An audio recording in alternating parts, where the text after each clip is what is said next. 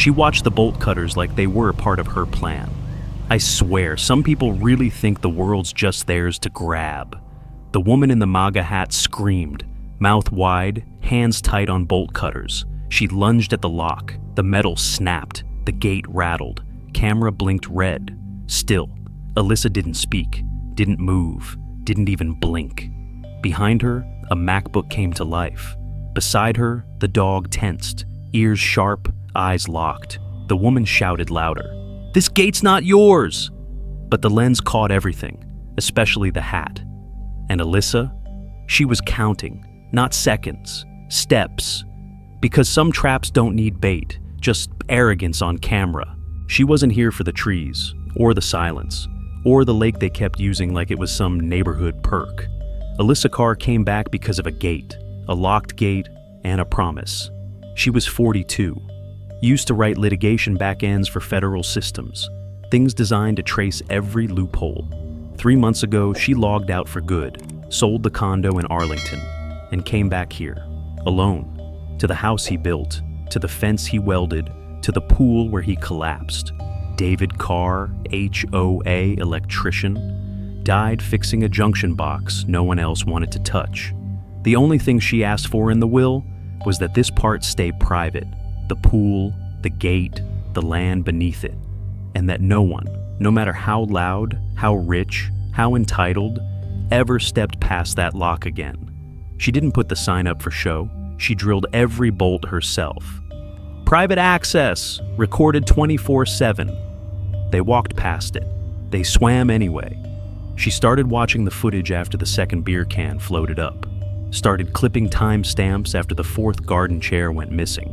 She didn't yell, didn't report, didn't post. She filed, documented, flagged HOA bylaws she helped write 13 years ago under a different name, and she found something. Clause 17. One grammatical slip, singular verb, plural subject, which meant, in the right hands, it could flip liability. So, she waited. Let them get comfortable. Let them cut the lock a second time. Same bolt cutter, same scratch mark, same lazy tilt in the grip. She touched the scar under the keypad. Same place every time. Didn't even buff it out. The keychain clinked against the MacBook. Old brass, still engraved D. Carr. She blinked once, not to stop tears, but to reset the timeline. Make sure every piece aligned, because Alyssa wasn't standing there to argue. She was building a record, letting them step into their own pattern, and she knew something they didn't. When a rule is written wrong, only the one who wrote it knows how to burn it from the inside. She didn't knock, didn't call, didn't even hesitate. Just walked straight to the gate, white heels crunching gravel, one manicured hand reaching through the bars, holding a printed notice. Alyssa didn't move, didn't reach for it, just looked at the paper, then passed it, to the red MAGA hat slipping loose from the woman's ponytail, dangling for a second before dropping to the dirt. The camera didn't miss it, neither did Alyssa. "This is your final notice," the woman said. Flat voice, flat eyes, but sharp in tone, like reading a script she wrote herself. "You are obstructing access to shared community assets. That is a violation of HOA Code Section 5. Silence. Only the wind. Only the soft metal whir of the CCTV turning, catching everything." The woman waited a beat. Nothing, no answer, no fear, just Alyssa. Still. So she turned. Didn't say goodbye, didn't look back, but stopped. Reached into her tote, pulled out a laminated sign, and with practiced hands, peeled the adhesive, slapped it dead center on Alyssa's front gate. "Property under review. Cho intervention in progress." The plastic crinkled, pressed flat, covered part of the keypad, covered the words private access. Then she walked away. Behind the bars, Alyssa's fingers shifted slightly, just enough to tap the keychain in her pocket. The metal tag brushed her palm. D. Carr. She looked at the sign, then lower, at the rusted screw under the bottom hinge, the same one she tightened last spring, now hidden by the new sign. She didn't tear it down, not yet. She walked inside, let the MacBook resume its clip, marked the timestamp, flagged the hat, flagged the moment the word public was spoken, because that pool was not built for public use. It was never meant for HOA BBQs, Friday cannonballs, or drunk teenagers and floaties. It was built by a man who died to make it safe, and his wife was not about to let them rewrite that. She knew the law. She'd written parts of it. And this wasn't an attack. Not yet. It was a rehearsal. Maybe you've seen that kind of power play before. The voice that sounds official until someone asks for proof. It's hard not to speak up, but sometimes staying quiet is the smarter move, especially when the camera's still rolling. If you've ever held your ground like that, tell me below. Your story might just be the next one I share. And if this feels like the kind of justice you believe in, you'll want to stay close for what comes next. Alyssa didn't take the sign down. She added a smaller one, just a narrow strip of paper taped directly beneath the bold words, "Property under review, HOA intervention in progress." Her line was handwritten, neat, precise. Footage being archived hourly, per Civic Ordinance 12.04b. She didn't announce it, didn't post in the neighborhood group, just waited. The next morning, the system pushed a quiet email to every mailbox in the subdivision. Subject, surveillance protocol update. Body, backup camera server migrated. HOA board granted limited view access upon request. Attached was a map of the surveillance radius. A red boundary looped tightly around her pool fence. There was a form. Optional. Just a box to tick. Would you like to request access to the past 72 hours of recorded footage? Only one neighbor replied. Devin Hale. Lot 17. Signature submitted at 9:41 p.m. No comment. 2 days later, the woman in the red suit returned. She stopped at the gate, glanced at the new paper, and noticed the black dome of the updated camera, then saw the second one, then the third, mounted at a diagonal just above the security light. She stepped back and hissed, loud enough for the mic to catch it. "This kind of surveillance isn't legal. I'm filing a complaint." Alyssa didn't lift her head, didn't even stop typing. She just said, calmly, "State law allows recording of perimeter zones. In cases where prior anonymous complaints have been filed regarding safety or trespassing." A pause. Then she turned her face just slightly. "And now, there has." Karen blinked. Devin, walking past with a bag of groceries, paused. He looked from Alyssa to the sign, then tapped his access card against his front door, standing just long enough in the camera's view to be remembered later. That was the first move. No shouting, no countersigns, no HOA thread war. Just a handwritten ordinance, a migration log, and a camera pointed in exactly the right direction. Alyssa wasn't just holding ground. She was redrawing the map, and Karen had just stepped into the frame by her own hand. The Sunday HOA meeting started quiet. A circle of folding chairs, 18 set out, 17 filled, 1 empty. 1 was never invited. Marjorie arrived late.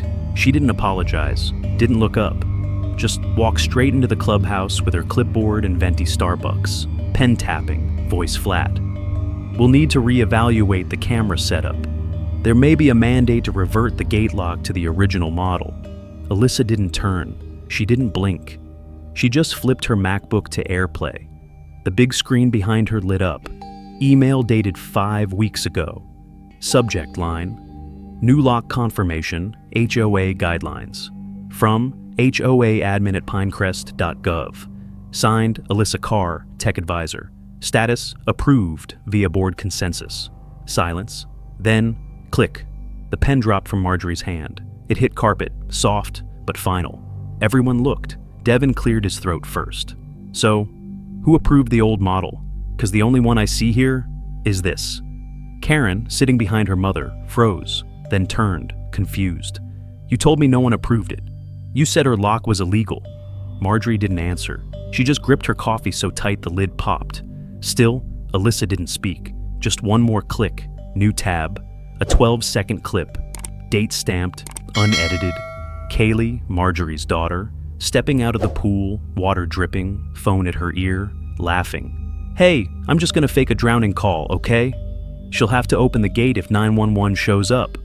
The air changed. Someone gasped, then a voice, soft, broken. One of the HOA women. "Kaylee, is that really your voice?" No one answered, not for 6 full seconds. Then Marjorie stood, didn't collect her pen, didn't take her coffee, just turned and left. No apology, no eye contact, no words. And for the first time, every eye in the room followed her out. Devin looked at Alyssa. A quiet nod. Not dramatic, not performative, just alignment. No one clapped, no one shouted. But something shifted. The current. The room. And Alyssa? She didn't look proud. She looked like someone checking off a list. One line at a time, 4 days later. The HOA inventory meeting. One long table, papers stacked in rows. Marjorie sat at the center, suit pressed, clipboard ready. Her MAGA hat placed neatly in front of her. She looked triumphant. "I've reviewed all community use of the pool," she said, pen already moving. "April pool party, yoga workshop, swim lessons, run by my daughter Kaylee." Her voice was smooth, practiced, confident. Then Alyssa entered. 3 minutes late, no greetings, no small talk. She placed a thin folder on the table and slid it slowly to the HOA attorney. The label was clean. Bold type. Private property misuse. Security footage indexed by date. No one moved. The attorney opened it. A remote click. The first video played. April 15th, Alyssa's pool, 50 people. Banners read, HOA-sponsored event by Kaylee P. Alyssa wasn't home. She'd been in Oregon. Second clip, June 3rd, swim lessons. A sign taped to a folding chair. $200 per child. Zelle only. The recipient, Kaylee. Third clip. Night vision footage.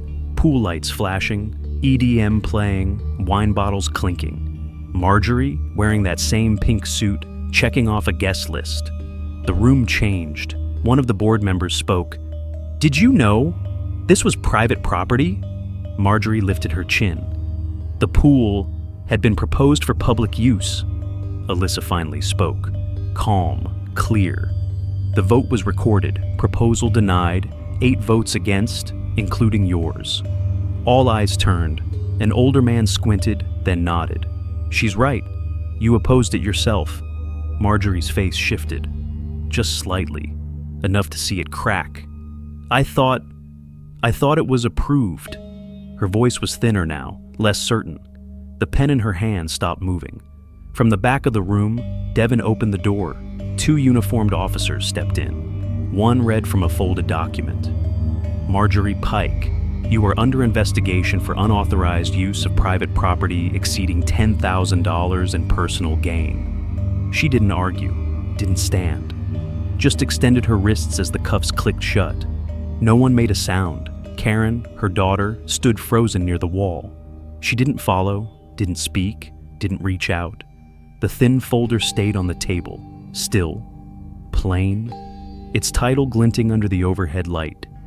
Indexed by date, cross-referenced with bylaws. And in that moment, no one doubted Alyssa anymore. Not her silence, not her cameras, not the reason she never shouted back. 1 week later, early morning, no traffic, no noise, only the sound of wind brushing against pine. Alyssa came alone, folding chair in one hand, a small wooden box in the other. She set the chair down in front of the gate. Saturday, not to rest, not to watch, just to be there. The box sat quietly on her lap. She opened it. Inside, an old metal sign, edges rusted, letters engraved, deep and worn, Carr family, private residence, since 1982. She ran her fingers along the corners, brushed off the dust with her sleeve, then stood, no gloves, no drill. She turned each screw by hand, carefully, deliberately. The new plaque shone brighter, same words, same placement.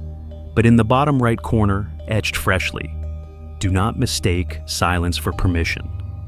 Behind the gate, the shepherd sat still, watching, then turned, walking slowly back toward the pool. Across the road, Kaylee stood barefoot, hair unbrushed, holding a single sheet of paper. The heading read, "I resign from HOA Communications." She didn't speak, didn't wave, just looked. Her left foot stepped forward, then back. Alyssa didn't look at her, didn't move, just closed the wooden box, stood up, carried her chair, walked away. No one filmed it, no applause, no glares, only the camera, still angled from above, catching the quiet return of order. A new sign, an old truth, no explanation needed. And for the first time in months, the gate didn't rattle, the lock didn't bend. Nothing demanded attention, because some victories don't make noise, they just stay. Some gates aren't built to keep people out, they're built to see who tries to force their way in. That morning, the metal was still cool, the wind moved slow, the trees didn't rustle, they listened. Old signs carry weight, but it's the quiet words etched last that stay longest. The dog never barked, not once, but it was there, every time someone crossed the line. That too is a kind of loyalty. People talk loud when they think they own something, but land remembers who stayed, who repaired it, who held it with clean hands. Some rules are written, some are just kept. Because someone before said, let it stay this way. Justice doesn't always wear a badge. Sometimes it wears rust, or silence, or a name carved into steel. She didn't raise her voice. She raised the standard, and maybe that's the thing. Power isn't how fast you speak. It's how long the truth lasts after you stop talking. There are fights not worth winning loud, just worth finishing right. Because in the end, the ones who wait don't always lose. They just make sure it doesn't happen again.